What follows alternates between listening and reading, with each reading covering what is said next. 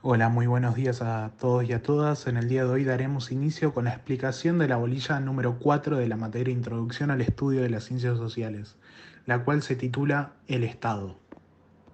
Para iniciar el análisis de esta bolilla, resulta necesario explicar qué es el Estado. Generalmente cuando pensamos en Estado surge la definición de la sociedad políticamente organizada, o también se suele confundir al Estado con los elementos que componen al Estado, justamente el territorio, la población o el poder. Otro error es confundir al Estado con la política, ya que el Estado presupone lo político.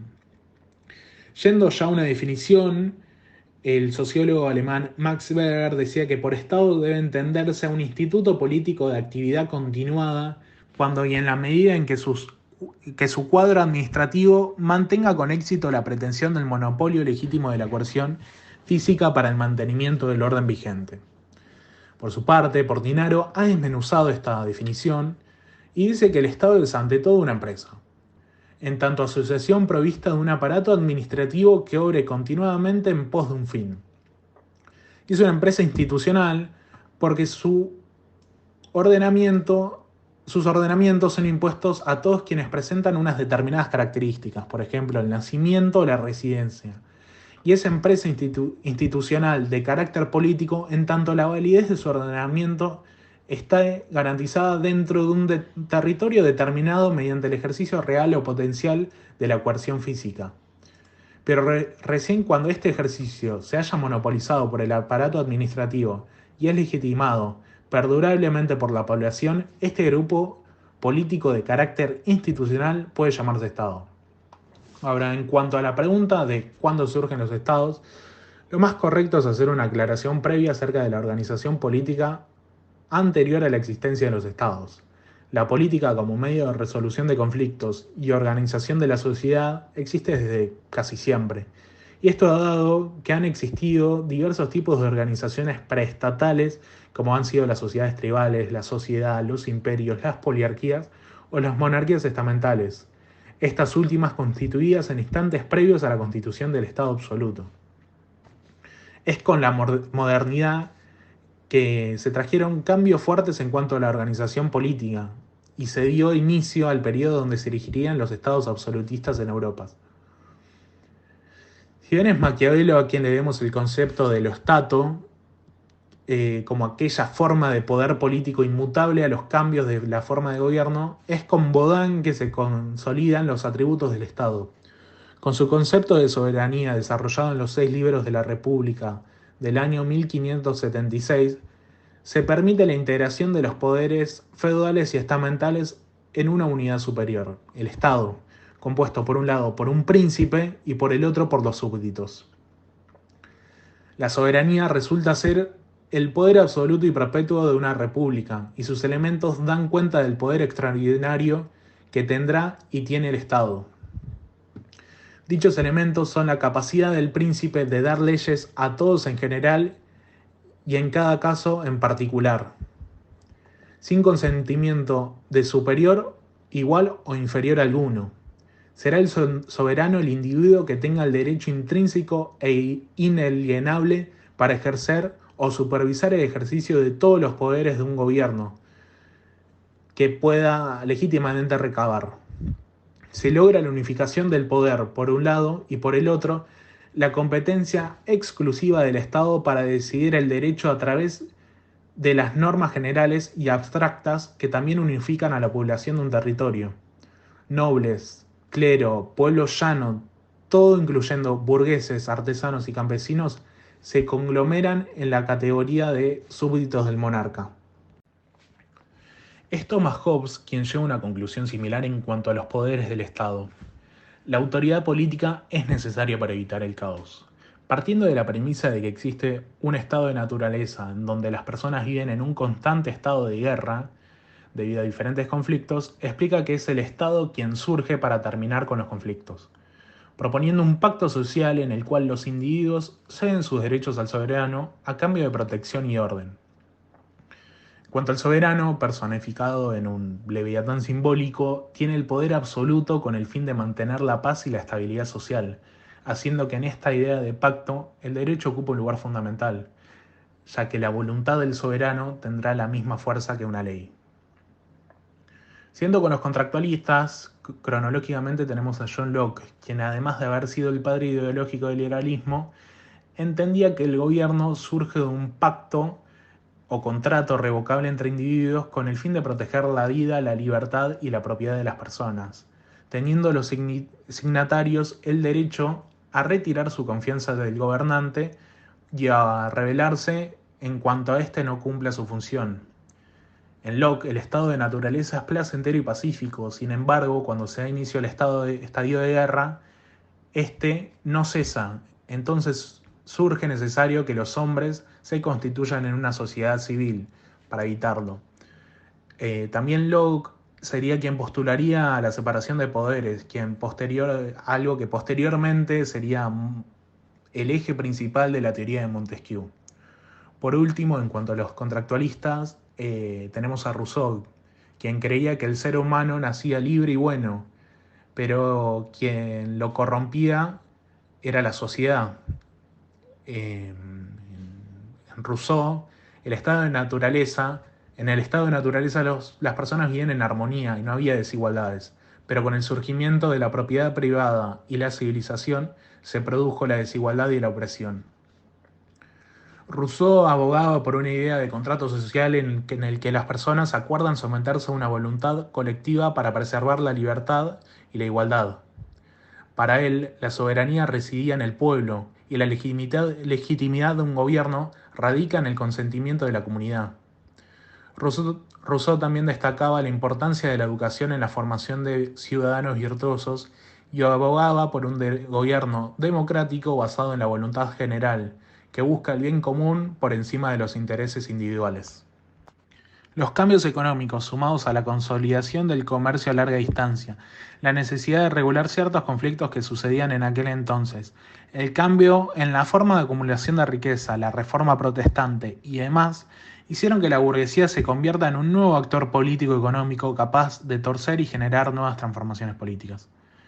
Por medio de las revoluciones burguesas, la gloriosa revolución de 1688 en Gran Bretaña, la revolución norteamericana de 1776 y la revolución francesa de 1789, se asestaron los golpes necesarios para que el Estado absolutista se transformara lentamente en un nuevo tipo de Estado, el Estado liberal. Durante el Estado liberal no existió una verdadera preocupación por parte del Estado en la participación de la economía. Todas las acciones fueron en función del mercado, en el que los agentes privados, por normas y principios propios, son los responsables de la ejecución de políticas económicas y sociales. El cambio de ese sistema era necesario, ya que los problemas económicos y sociales causados por el modelo liberal no eran viables a mediano y largo plazo.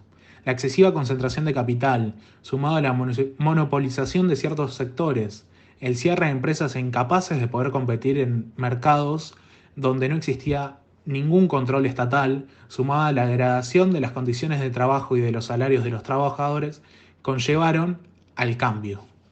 La necesidad de un Estado que brinde bienestar no fue dada únicamente por una causa, sino que fue producto de una gran variedad de factores heterogéneos. El mercado autorregulándose no es capaz de registrar ni satisfacer ciertas necesidades materiales y morales que son fundamentales para todos los individuos como para la colectividad que integran. El Estado liberal dejó libre al trabajador de ser prácticamente indefenso frente a las exigencias impersonales del mercado y expuesto a todos los golpes de las fluctuaciones económicas. Y es por ello que las primeras reformas estuvieron orientadas a las problemáticas laborales, seguros obligatorios, leyes sobre la protección del trabajo, salarios mínimos, expansión de los servicios sanitarios y educativos de la clase trabajadora y el reconocimiento de los sindicatos fueron algunos de estos. El estado de bienestar intervencionista, al rechazar la idea de autosuficiencia de la regulación del mercado, buscó propiciar la actividad económica a través de la adaptación de los sectores económicos y la acción directa. Propuso una acción más dinámica e intervencionista del Estado en varios sectores importantes no afectados por el modelo liberal clásico, como por ejemplo mejorar la calidad de vida de la población y crear otros medios de participación social y de acceso, tanto en el plano económico como en el político. El estado de bienestar perduró en el tiempo desde el primer tercio del siglo anterior hasta la mitad de los años 70 y principios de los 80, cuando el modelo de estado de bienestar comenzó a disminuir. No se satisfacía las numerosas tareas y actividades que se había propuesto. El gasto relacionado con la seguridad social, la educación, la salud y los servicios que dicho modelo se había autoimpuesto se había disparado. Una nueva corriente ideológica reclama un recorte en las funciones estatales. Esa concepción fue formulada por la teoría económica de la Escuela de Chicago. Para ella, los fracasos de gobiernos coexisten con las deficiencias del mercado, sobrepujándolos, llevando a la conclusión de que la reglamentación solo pretende proteger los intereses de la industria regulada en un círculo vicioso, no promoviendo el bienestar. Según la visión neoliberal, el Estado asistencial corroe en sus raíces las estructuras y los valores de la sociedad libre, desarrollando una peligrosa tendencia hacia la burocratización de la vida colectiva y hacia la reglamentación. Toda intervención del Estado en el mercado es una amenaza a la libertad individual y una peligrosa concesión al colectivismo. Y debido a esto se llega a que sectores y actividades económicas, incluso los servicios públicos originalmente realizados por el Estado, fueron cedidos al ejercicio del sector privado, en un nuevo escenario de peculiaridades jurídicas e institucionales. Los contratos de concesión, permisos, autorizaciones y regímenes especiales y privatizaciones de los monopolios estatales pasaron a formar parte de nuestra realidad. Y es en este contexto que se comienza a perfilar el ocaso del Estado-Nación, como lo conocemos.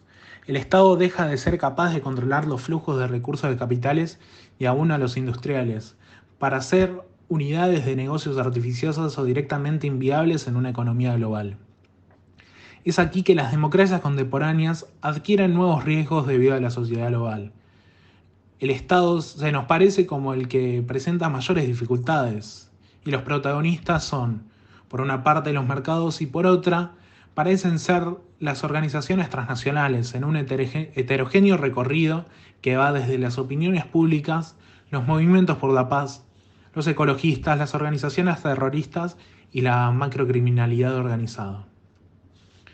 En la era de la globalización y de la digitalización, el poder de los estados ya no se apoya de manera predominante en su extensión territorial o en la densidad de población, sino en recursos más bien aterritoriales, como el capital y el saber tecnológico, por lo que ya no tiene mucho sentido atribuir a un Estado definido territorialmente las funciones tradicionales asignadas a los sistemas políticos. Tales funciones podrían ser asumidas con mayor flexibilidad por gobiernos precisamente no territoriales. Para ir finalizando con la bolilla trataremos su último punto, los derechos humanos. Entendemos por derechos humanos a aquellos derechos propios de los hombres y las mujeres, de niños y de niñas, que nos pertenecen por el hecho de tener la condición de persona, y los cuales no tienen requisito o exigencia alguna. No siendo relevante una determinada religión, pertenecer a uno u a otro sexo, o contar con la determinada edad, conformar una etnia en especial, ni aún gozar de una determinada nacionalidad. Los derechos humanos hacen a la dignidad humana, son inherentes a nuestra condición de humanos y limitan en nuestro favor el accionar de los estados. Los derechos humanos son universales, ya que todos los tienen, son progresivos. Esto quiere decir que se suman nuevos derechos que antes capaz no estaban contemplados. También son irrenunciables. Esto implica que uno no puede renunciar a uno de ellos porque sería renunciar a la condición de persona, y lo cual resulta imposible.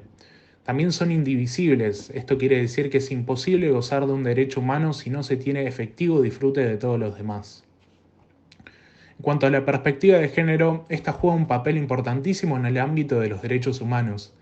La perspectiva de género amplía la mirada conocida y actualiza haciendo énfasis en la categoría de género y su relación de poder, haciendo que los derechos humanos se resignifiquen y en base a su principio de no progresividad de los derechos humanos, se suman nuevos derechos los cuales los estados deben reconocer. Hablar de perspectiva de género es, en definitiva, hablar de derechos humanos, de igualdad y de no discriminación. Es gracias a la perspectiva de género que los estados comprometidos con los derechos humanos intentan limitar esas diferencias por medio de acciones positivas como son los cupos, medidas de difusión y orientación, programas de capacitación, campañas de concientización y persuasión en pos de limitar esa vulneración de derechos. Bolilla 5. ¿Qué es la sociedad? El origen de la sociedad se ve en el fundamento del poder político en un contrato, es decir, en un acuerdo tácito o expreso entre varios individuos. Acuerdo que significaría el fin de una situación de naturaleza y el inicio del Estado social y político. Dentro de ese grupo se plantean costumbres, códigos de convivencia, actitudes y comportamientos aceptables. ¿Cómo surge la sociedad? La sociedad existe en la práctica desde el surgimiento de la vida más compleja. En la medida en que algunos individuos buscaron protección y estabilidad en la vida conjunta, encontrando nuevas formas de organización, algunas muy primitivas y otras más desarrolladas socialmente. ¿Cuál es la relación entre el individuo y la sociedad? La sociedad es para el individuo, por un lado, la fuente del contenido de sus representaciones, o sea, la proveedora de su sentido de realidad, y por el otro, una norma o ley que siendo por su origen exterior al individuo le pone límites y lo organiza. La sociedad no se encuentra separada del individuo, sino que éste es la síntesis de su pertenencia social y su existencia no social. Esta unidad conforma una relación al mismo tiempo de interioridad y exterioridad entre el individuo y la sociedad. Se es parte del todo social, pero también se es un todo en sí mismo. ¿Cuáles son los principales paradigmas del análisis sociológico? En términos generales, se puede decir que los paradigmas que han dominado el pensamiento sociológico son tres. Primero está el funcionalismo. Es en el cual se defiende la postura de que la sociedad tiene existencia por sí misma, independientemente de los individuos que viven en ella. El funcionalismo sostiene que una sociedad estable es la mejor sociedad posible y cualquier elemento que ayude a mantener esa estabilidad debe sumar a la adaptabilidad de la sociedad. El principal exponente es Durkheim. En el segundo paradigma vamos a estar hablando de la teoría de la acción. Se mira a la sociedad desde abajo, es decir, no se parte de las estructuras sociales para analizar a la sociedad, sino de las personas que integran dichas estructuras. En este caso, las personas que componen a la sociedad sí son importantes y sus acciones son relevantes para el desarrollo y mantenimiento de la misma. Así pues, en este paradigma son las personas y sus ideas las que determinan hacia dónde va la sociedad. Su principal exponente es Max Weber. Y el tercer paradigma y último es el paradigma del conflicto. Esto nos va a describir las desigualdades que existen en todas las sociedades del mundo. El conflicto está particularmente interesado en las desigualdades que existen en base a todos los diversos aspectos del estatus. Toda sociedad está plagada de desigualdad basada en las diferencias sociales entre el grupo dominante y todos los grupos de la sociedad según el paradigma del conflicto. Cuando analizamos cualquier elemento de la sociedad desde esta perspectiva, necesitamos mirar las estructuras de riqueza, poder y estatus, y las formas en que esas estructuras mantienen el poder social, económico, político y coercitivo de un grupo a expensas de todos los demás grupos. ¿Qué es el patriarcado? El patriarcado es un sistema de dominio institucionalizado que mantiene la subordinación e invisibilización de las mujeres y todo aquello considerado como femenino, con respecto a los varones y lo masculino, creando así una situación de desigualdad estructural basada en la pertenencia a determinado sexo biológico. Hola chicos, ¿cómo andan? Ahora vamos a ver lo que es la bolilla 6. El primer punto de esta bolilla habla sobre el derecho, ciencias jurídicas y ciencias sociales. Tenemos que el derecho es el conjunto de normas que regulan el comportamiento en sociedad. Hacemos referencia al derecho objetivo, al conjunto o sistema de reglas que señala a la población de un estado formas de comportamiento. Luego tenemos lo que es las ciencias jurídicas, que hacen referencia a la disciplina que se relaciona con el ordenamiento jurídico, su interpretación y sistematización para dar una justa aplicación. Y por último, las ciencias sociales son aquellas que estudian los aspectos sociales y culturales del comportamiento humano. Se interesan tanto por las sociedades en su conjunto como por las relaciones entre los individuos y los grupos que forman parte de esas sociedades. La sociología, la economía, las ciencias políticas y puntualmente el derecho son ciencias sociales. Dentro de este punto se habla sobre la relación que tiene el derecho con la sociología, la economía y la ciencia política. Y como todos sabemos, el derecho es una ciencia social y estas que nombré anteriormente también. Luego menciona los sistemas jurídicos. Los sistemas jurídicos son el conjunto de normas, instituciones y los agentes que hace el derecho que rige dentro del territorio determinado. Tienen características necesarias que son la unidad y la jerarquía. Hay que saber que los sistemas jurídicos tienen otro tipo de características que no son las necesarias también, que se pueden nombrar, pero las más importantes son estas: unidad y jerarquía. Tenemos unidad cuando todas las normas del reglamento jurídico dependen de una norma únicamente superior. Y la jerarquía, hablamos de jerarquía cuando hay una norma superior a otra. Hablamos de una cadena de validez. Deben existir distintas gradas de jerarquía entre las normas.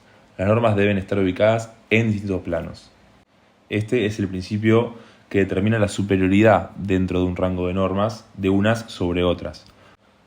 Hay que saber que es un principio que determina la superioridad de unas normas sobre otras, sabiendo siempre que la norma suprema es la Constitución Nacional.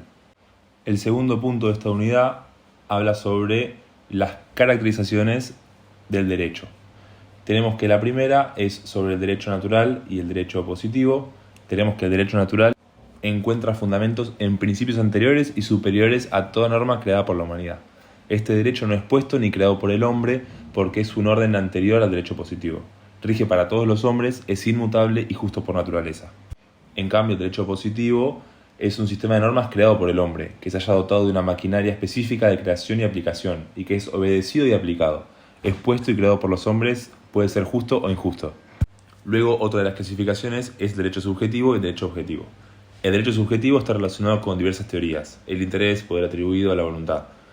Para los teóricos tradicionales nace primero, sin necesidad de un orden estatal establecido que solo viene a regularlos. Algunos hablan de derechos innatos en el hombre, como por ejemplo el derecho a la propiedad, el respeto sobre los bienes. El derecho objetivo tiene como orden de carácter normativo, es el conjunto de normas que regula la conducta del individuo en sociedad. Nace una vez reconocidos los derechos subjetivos emergentes de la voluntad del hombre. Por ejemplo, la organización de la cosa pública y su relación con el Estado. Luego, una de las clasificaciones más conocidas es la del derecho público y el derecho privado. Tenemos que el derecho público se da entre un particular y el Estado, dos sujetos de los cuales uno está subordinado al otro. Relaciones de poder cuyo caso típico es la relación del Estado con sus súbditos. Después tenemos el derecho privado, donde se da la relación entre dos individuos particulares, razón por la cual se hallan en un pie de igualdad. Estas relaciones serían verdaderamente jurídicas, ya que son de coordinación y no de subordinación, como hablábamos en el derecho público. Otra de las clasificaciones son los derechos individuales y los de incidencia colectiva. Tenemos que en el Código Civil y Comercial de la Nación se reconocen estos dos derechos. En los primeros, o sea, los derechos individuales, el interés es individual, la legitimación también, y cada interés es diverso a otro. En cambio, en los derechos de incidencia colectiva, el bien afectado es colectivo. El titular del interés es el grupo y no un individuo en particular. Y por último tenemos la clasificación del derecho nacional y el derecho internacional. El derecho nacional es cuando la relación se da dentro de un Estado entre este, que es soberano, y sus súbditos. Orden jurídico que rige dentro de un ámbito territorial interno. Este funda su validez en el derecho internacional y por ende la soberanía debe entenderse como un concepto de un poder sin límites. En cambio, el derecho internacional son relaciones entre diferentes estados o entre un estado y sus súbditos o integrantes de otro estado. Se ocupa de regular las relaciones entre los estados mayormente. Como ejemplos tenemos los tratados internacionales que pueden ser bilaterales, multilaterales, etc. Además, en este punto se mencionan las fuentes del derecho, que son la ley, la jurisprudencia, la costumbre y la doctrina. La ley es la norma general establecida mediante la legislación. Es el establecimiento de normas generales por un órgano de la comunidad autorizada al efecto, como puede ser el legislador, en forma deliberada y consciente. Luego tenemos la jurisprudencia, que según el criterio tradicional es el conjunto de fallos judiciales concordantes dictados en el mismo sentido, que se produzcan en órbita del Poder Judicial. La jurisprudencia, como la interpretación de la ley que hacen los tribunales para aplicarlas a los casos sometidos a su jurisdicción. La costumbre es la teoría tradicional, la que dice que consta de dos elementos: el material, que son los actos humanos perceptibles que presentan una semejanza entre sí, y subjetivo, que consiste en la convicción que el propio sujeto tiene acerca de la obligatoriedad que esa costumbre le puede suministrar. Y la teoría moderna habla del consentimiento que le da el pueblo a sus representantes y la materialización legal realizada por los representantes del pueblo. Y por último tenemos la doctrina, que se aboca al estudio de las normas jurídicas formalmente válidas y vigentes en una sociedad determinada. Realiza sobre el derecho positivo estudios, análisis y construcciones conceptuales que le permite transformar el lenguaje prescriptivo en el lenguaje descriptivo. En el tercer punto tenemos que asociar al derecho no solo como sistema normativo, sino como fenómeno social, tempo-espacial, y atender que existen distintas formas de manifestarse que a veces conduce a confundir con cuestiones morales o religiosas. Tenemos que saber que las normas constituyen técnicas de motivación social, o sea, instrumentos para inducir a las personas a comportarse de determinada manera. Dentro de este punto se menciona el derecho como herramienta. Podemos decir que el derecho funciona como una herramienta muy importante para resolver conflictos de intereses, alcanzar la justicia y ejercer el control social. El cuarto y último punto menciona introducción al derecho. Tenemos que saber que la palabra derecho es un término ambiguo, en el sentido de que puede utilizarse para diferentes significados. Hablamos de derecho en este sentido para hacer referencia al derecho objetivo, al conjunto o sistema de reglas que señala a la población de un Estado formas de comportamiento. Luego tenemos lo que son las nociones básicas del derecho político y el derecho constitucional.